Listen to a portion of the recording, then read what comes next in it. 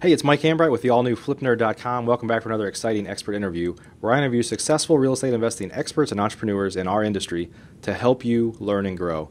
If you haven't checked out the all-new FlipNerd.com yet, we have the most robust, powerful platform in existence for real estate investors, so please go check out FlipNerd.com.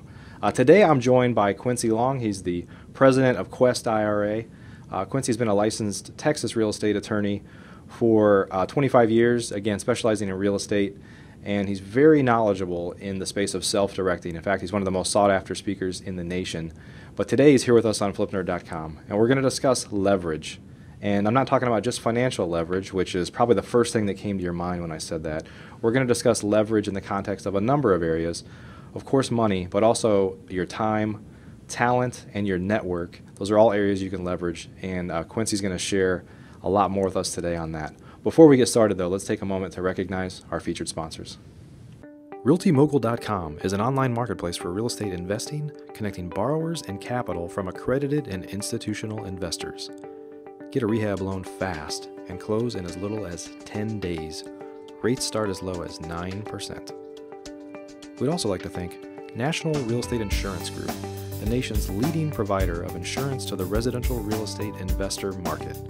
From individual properties to large-scale investors, National Real Estate Insurance Group is ready to serve you. Please note, the views and opinions expressed by the individuals in this program do not necessarily reflect those of FlipNerd.com or any of its partners, advertisers, or affiliates. Please consult professionals before making any investment or tax decisions, as real estate investing can be risky. Quincy, how are you, my friend? I'm great. Thank you for having me, Mike. Yeah, so happy to have you here today. For those that don't know you very well, or maybe those that don't know you well enough yet, why don't you take a few minutes and just give us your background and tell us a little bit more about what you do.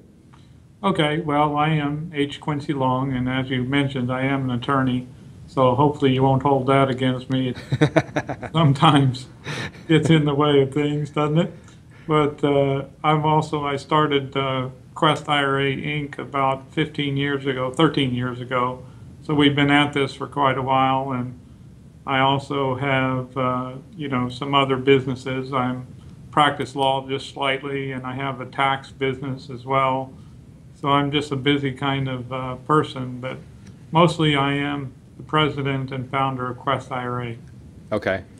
Maybe you could take a minute and tell us how you kind of found your way into that niche, because Sure. A lot of the people that I know that work in the self-directed IRA space are very passionate about what they do, and they're passionate about, in many ways, everybody in that kind of industry has to be an educator, right? Because you've got to make people aware of what it is that you offer, because it's kind of an uphill battle when the traditional financial market doesn't know who you are and tells their clients that you can't do those things. It is. So the way I got into this, of course, would not surprise you. I actually had a self-directed IRA. And I thought back in the early 2000s, I thought, dang, this is fun. There's a lot of good things you can do with self-directed IRAs. But, there wasn't any network out there when I started this business. And I said it would be a lot more fun if we had a network. So we actually started networking together and passed out some flyers at the Realty Investment Club of Houston. We started meeting once a month with the idea that we would build our own team, our own network, where we could do deals with each other and educate each other. And so we did that for quite a while. And during that process, of course, we've come up with all the cockamamie schemes that I hear about every day now, right? Right. Because that's you say, and me being the lawyer, well, what would I do? I would be the one that would try to chase down, could we do that or couldn't we do that? Right. And so I got to know my administrator, the head of my administrator, real well. And one day I was kind of having a bad day in the title company. I was running a title company at the time. And it was always the title company's fault. You probably know that, right? Yeah. And I was on the phone with my administrator, and he said, oh yeah, we're thinking about, opening affiliate offices throughout the country. And I said, sign me up. I'm bored with what I'm doing. Well, I didn't really know that was my interview, but long story short, that's where we came from. And anyway, the background of meeting with people every month and networking with them and educating them was then passed on through my business model of Quest IRA. Okay. Okay. Great. Well, again, thanks for being here with us today. It's interesting. We were talking ahead of time about what to talk about, and we have had some other self-directed IRA folks on before. I think it's one of those areas that you can't really talk about too much because there's so many people that just aren't taking advantage of all the benefits That's for sure. yet. But we got on this topic of leverage and how a lot of times people automatically assume you're talking about financial leverage. But there's so much more that you can leverage in this industry, and so I'm excited to talk about that today. You want to kind of give us an overview, maybe tell us what you're going to tell us, and then we'll kind of dive into talking about it? Sure. Well, I mean, obviously, as you said, there's financial leverage, and we'll have some discussion about that.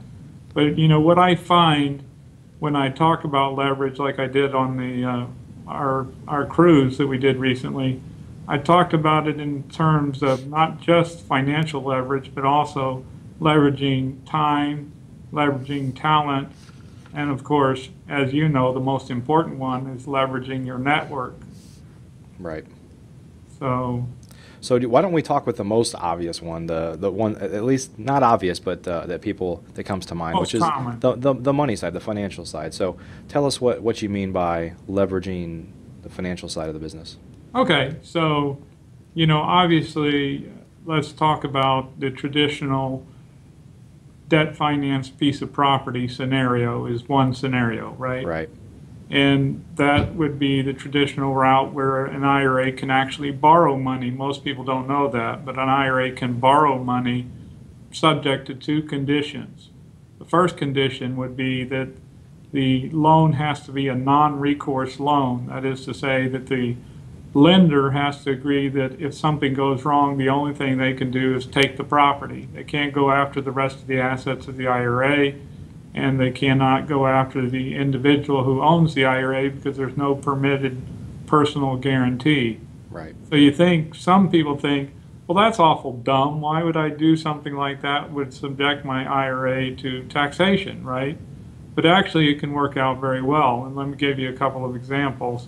And this is, again, just the traditional classic leverage, and we'll talk about other forms in a minute. Sure. So I have a partnership deal that I just entered into today, as a matter of fact, and that partnership is going to purchase and build a strip shopping center in a hot area of Houston, or just north of Houston.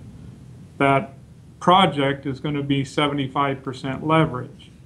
So what that means is 75% of my profits from that project are going to be subject to taxation, and the 25% that my plan put in tax-free is going to be, without any taxation at all. Okay. So why would I do that?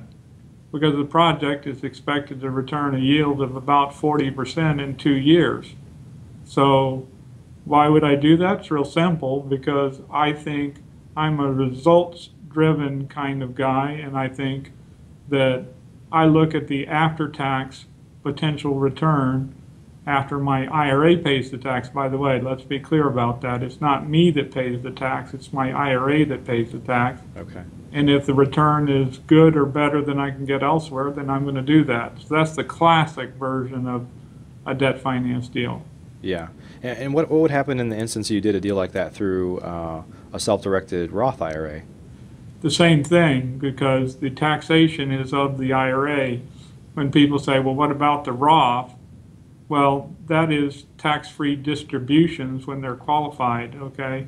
This has nothing to do with distributions. This is due to the fact that normally an IRA is a tax-free trust. In the circumstances where there's debt leverage on the property, then it becomes taxable to the extent of the debt leveraging. I see. Okay. But the bottom line with the financial leverage part is whether you're using your own money or whether you're borrowing money, obviously most real estate investors that are doing any volume of any significance are probably not, they're probably using other people's money, whether it's banks or private lenders or hard money or whatever it might be. there's a lot of different ways to where you can leverage what you have and borrow other people's money to kind of make deals happen. And there's ways to get around it too. We'll talk about here and then as we progress through the topic here. Okay, okay. Well, let's go into talking about time, leveraging your time. Yeah, I think this is really a fascinating thing. And let me say up front that when I talk about leverage, normally there's more than one lever at work. Leverage is simply applying a small amount of force to have a large effect on the other end, if Right. you know what I'm trying to say. So Sure. typically in a really good and creative real estate deal, there are multiple levers being used. Right. So money is one of them, but then time is another one. Now, let me give you a perfect example of the leverage of both of these elements of time and money, okay? So money doesn't always have to mean you borrow the money, okay? Money can mean that you use somebody else's money to help facilitate a deal. So I'll tell you about a deal that my daughter did in her Roth IRA, Okay. okay?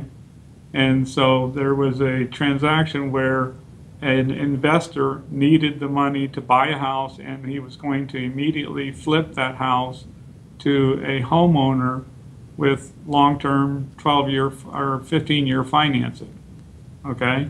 All right. So he needed some money to facilitate that transaction because he didn't have any money to facilitate the transaction, or he didn't want to use his money.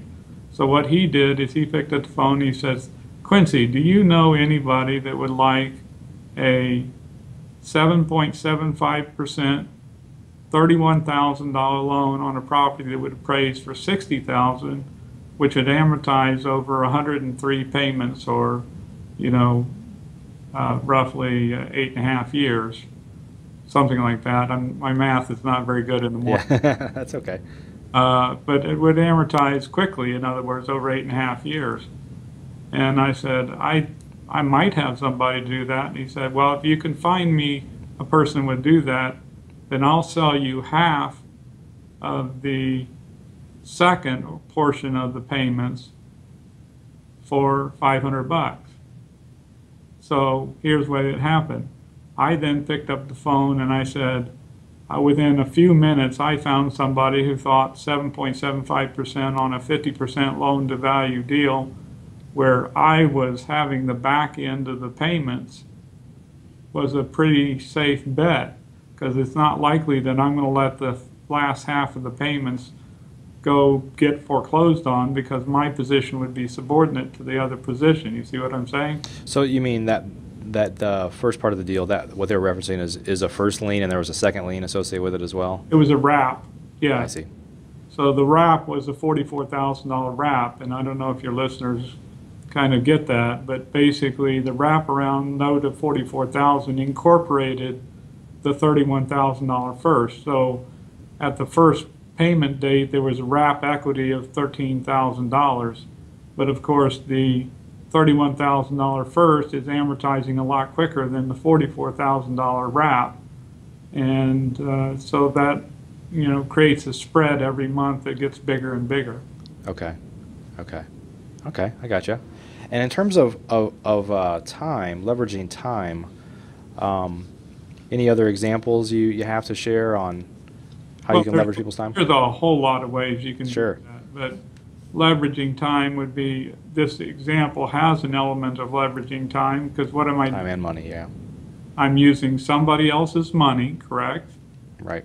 And what time leverage am I using? Well, I'm allowing the equity spread by having the payments made covered by the second will cover the first. So they were equal payments. It was $414.16 a month for 180 months.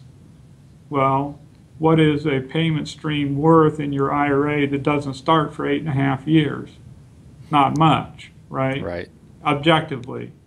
Right. So what I'm using is the element of time, because over time in a wraparound transaction, the wrap equity is spreading as the underlying loan gets paid down faster than the wraparound note. And so that's an element of time. Over time, I'm using the wrap equity to grow and grow and grow. Okay. Okay. Great. And also, just in terms of leveraging time, even outside of the, the investment world, obviously, a lot of real estate investors more and more are using, virtual assistants and other things to kind of Absolutely. leverage your time. I'm a big believer and have a whole team of virtual assistants that help us throughout our different businesses. And I think, that's one of the interesting things about real estate investors. I mentor and coach a lot of people, and we talk about stuff often, but I think we often talk about taking real estate investing from a hobby to a business. Right. And you can only do that if you can become a master at leveraging your time, because that's the scarcest resource you have, right? Absolutely. And when you're lazy like I am, you really have to find levers to get the time. And so, for example, one of my latest deals that just got paid off is I invested 4 years ago, in fact, not too far from you, in a project in at two intersection of two freeways in Melissa, Texas. Are you familiar with where that is? Sure, yeah. So we paid $500,000 cash for the property, and 4 years later sold it for $2.46 million. Wow. So that's a pretty good deal. Wouldn't you agree with that? Absolutely, yeah. There was Sounds no good. money leverage at all. That was all cash. And so you're saying, well, what are you talking about, Quincy? Well, why are you discussing this in the context of leverage? Well, I spent a sum total of about 5 hours on that whole project. What was I leveraging? Well, I was leveraging the talent of the people that were putting the project together, right? But I was leveraging their time, and I let them have some profit, and I was very glad that they profited. In exchange, I got a great return for almost no effort on my part at all, other than being an able real estate investor who could evaluate a deal. So when you talk about leveraging time, I'm leveraging somebody else's time and talent to achieve a good result, and then I can be more lazy and not. Well, and to be fair, in that, from what you just explained there, they leveraged your talent too, because you, I'm sure, if nothing else, brought a lot of confidence to the deal to be able to evaluate a deal, I assume. Absolutely, and so that's another example where you see multiple levers being pulled at the same time. I was leveraging their talent and their time, and I was leveraging, or they were leveraging my money to get the deal, because of course the investors paid for the whole project, and then they just received their benefit from leveraging our money. Right. So multiple levers are always being pulled at any one time on any one deal. Yeah, absolutely. And when we just want people to be clear here that leveraging does not, I would say not necessarily, it doesn't mean taking advantage of somebody, because they're in that leverage deal, they're getting something from you in return as well. And which I'm very excited to provide to them. Right, right, absolutely. So it's a team spirit. Absolutely, absolutely. In terms of talent, maybe talk a little bit more about how you leverage talent, and what are some typical ways that if you're leveraging somebody's talent, like we just talked about in this example, that they may be leveraging you, what the other person might get out of the deal. Absolutely. I mean, leveraging talent is just a matter of finding the people with the talent that are able to put the deals together and leveraging each other. So in the one deal that I talked about earlier, where the guy was able to find a property that he could buy cheap enough, and it was able at the same time to match up a person who would pay for that property over a long period of time at a rate that was less than the rental value of the property. So he had the talent and the network to pull together two elements, how to buy and how to sell, and to do that at the same time takes a lot of talent. You would agree with me? Absolutely. Right? Mm-hmm. Yes. So I'm leveraging his talent to put together a creative real estate deal for my daughter's IRA, because without those elements, I don't have the time. I have a job, I don't like to say those dirty three-letter words, but I have a job, right? So I don't have the time to go out there and create these kind of creative deals. He doesn't have the desire or the time to spend the time having a job. He wants to go create the deals and not use any of his own money and create an income stream for himself later. So my leverage was his talent and the time element that we talked about before. His leverage was my money, right? Which really wasn't my money, was it? Right. It was money and somebody else in my network. Was still, I brought the money to the table. Right. And so we're leveraging each other in that deal. It's just a beautiful example of leverage. Yeah. Yeah, it's like if you think of even like a marriage, there's things that both sides bring to the table, right? It has to be mutually beneficial.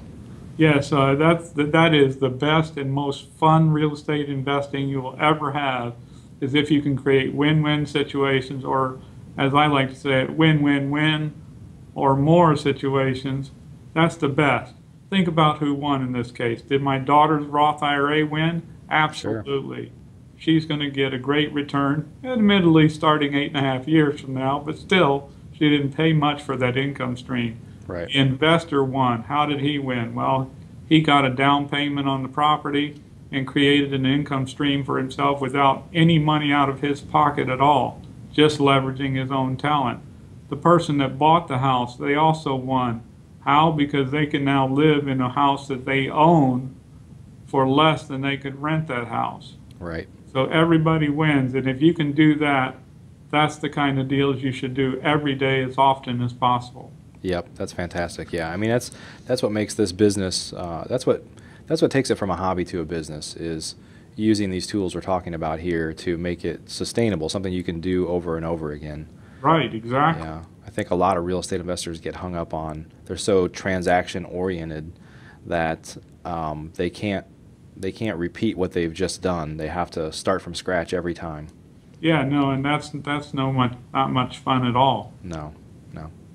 Great. Well, let's talk some more about the network side, Quincy. So how do you leverage, give us some examples of people leveraging your network and you leveraging others' networks. Well, I got to tell you the truth. You've heard it said, and I'm not inventing anything new when I say that your network is your net worth. Yeah. And that's just true. I would say to any person who is new to investing, the most important element of successful real estate investing is not actually money at all. It's a little bit talent, and it's a lot network. Now, I used to criticize my friend Barney Zick. He's been deceased for some time ago. Did you know Barney? No, I don't. He was a master speaker and a really great guy, and he died way too young. But I used to criticize him because he would give all these examples of how he could just pick up the phone and get somebody to send $100,000 to the title company and get a deal done. I always thought, the average Joe just cannot do that, Barney. You need to be giving more realistic, what I perceive to be realistic examples. Guess what? That's exactly what I can do now, because over the years I have worked and worked and worked at building my network so that I could pick up the phone, and when I got the call from the investor out of Jackson, Mississippi, I picked up the phone, and 10 minutes later I had the $31,000 necessary for my daughter to do a deal in which she'll get an income stream starting 8.5 years from now. Yeah. So it's all about your network, and if you got enough talent and network, you don't need any money at all.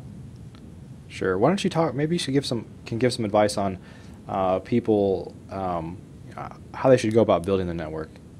Well, first of all, you got to be very upfront and open about what you do. I mean, you cannot be shy and develop a network, if you know what I'm trying to say, right? I love the people that go to networking meetings with loud shirts on, or I saw one guy with a little clip thing, and he had "I loan money" or whatever it was. I don't even know what it was. So the first element of building a good network is not being shy. Another element of building a good network is to to have your elevator speech ready at any moment. You know what I mean by the elevator speech, correct? Absolutely. Yeah. Encapsulate what you can do in a minute or less. And that's critical. Always, always, always have business cards. I am so shocked that people can say, I'm a real estate investor. Really? Do you have your card? Well, I don't have any right now. Or, All right. or they give me their business card from their job. No, no, Right. no. Always carry them in your pocket. They're the cheapest form of advertising. Or they tear off a corner of a notebook paper and say, well, I don't have a business card, Exactly. but here, have this, which You can't do that to succeed at building a network. And another element that I would say is go to where the investors are. Go to where they are. Go to your real estate clubs. Yeah, you're going to find a bunch of looky-loos at the real estate club because other people are trying to build their network or don't even understand they need a network, right? But go where the talent is. Go where you're going to find 80% of the people do nothing at all. So seek out the 20%. And also one element that I would say I'm very passionate about is leave town. What do I mean by that?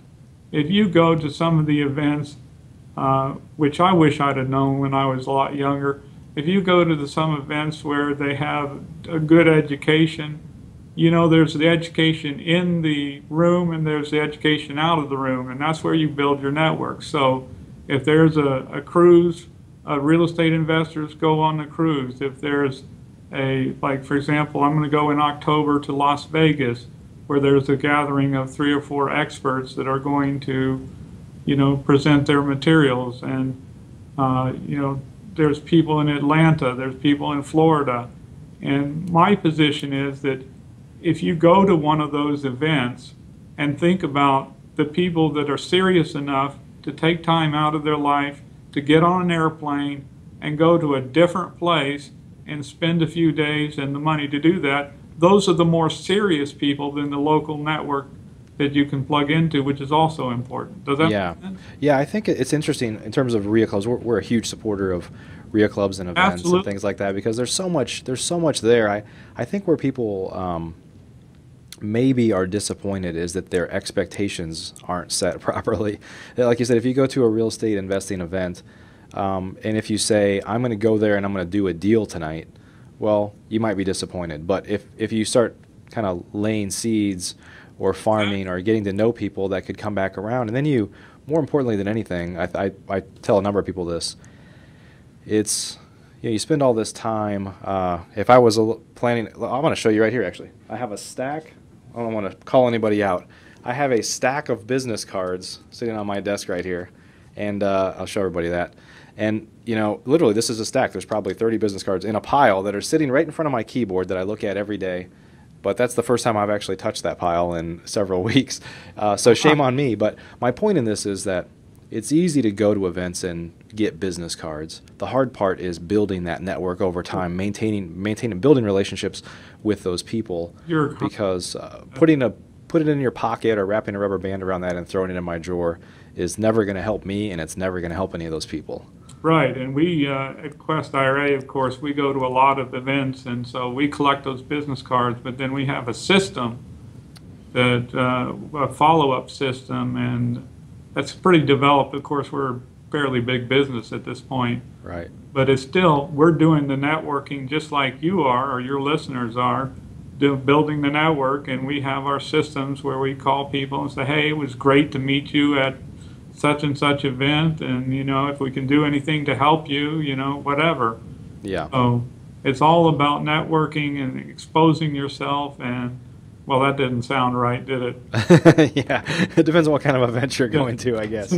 Yes, but it's you know, I think what we're saying here is a lot of people equate networking to the act of going to somewhere where there is a network.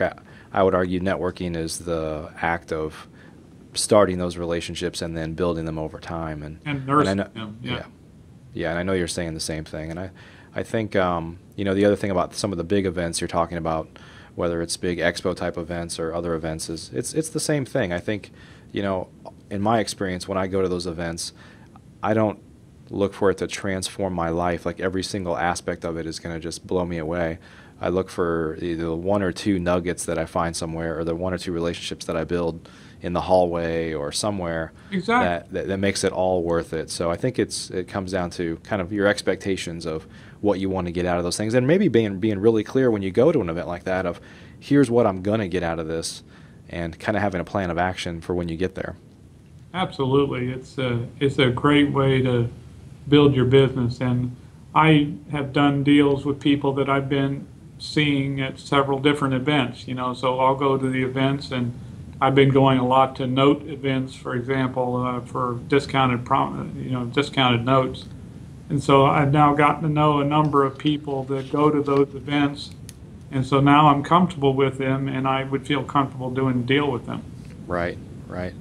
Well, Quincy, do you want to maybe take a minute and kind of, we're running towards the end of our time here, is maybe just take a couple minutes and just kind of share a minute and just share, kind of a summary of the importance of leverage and how to use these, how you use these tools. And then I'd like to take a minute and learn a little bit more about your company as well.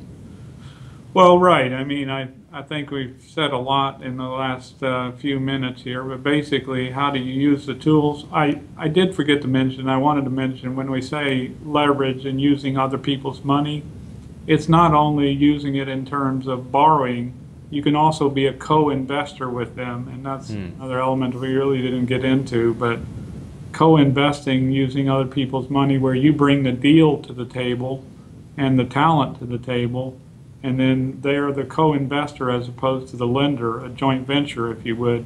Okay. Another element of the money, but it's all about mixing the different levers together. I mean, I think that's the key element, is mixing the different levers together.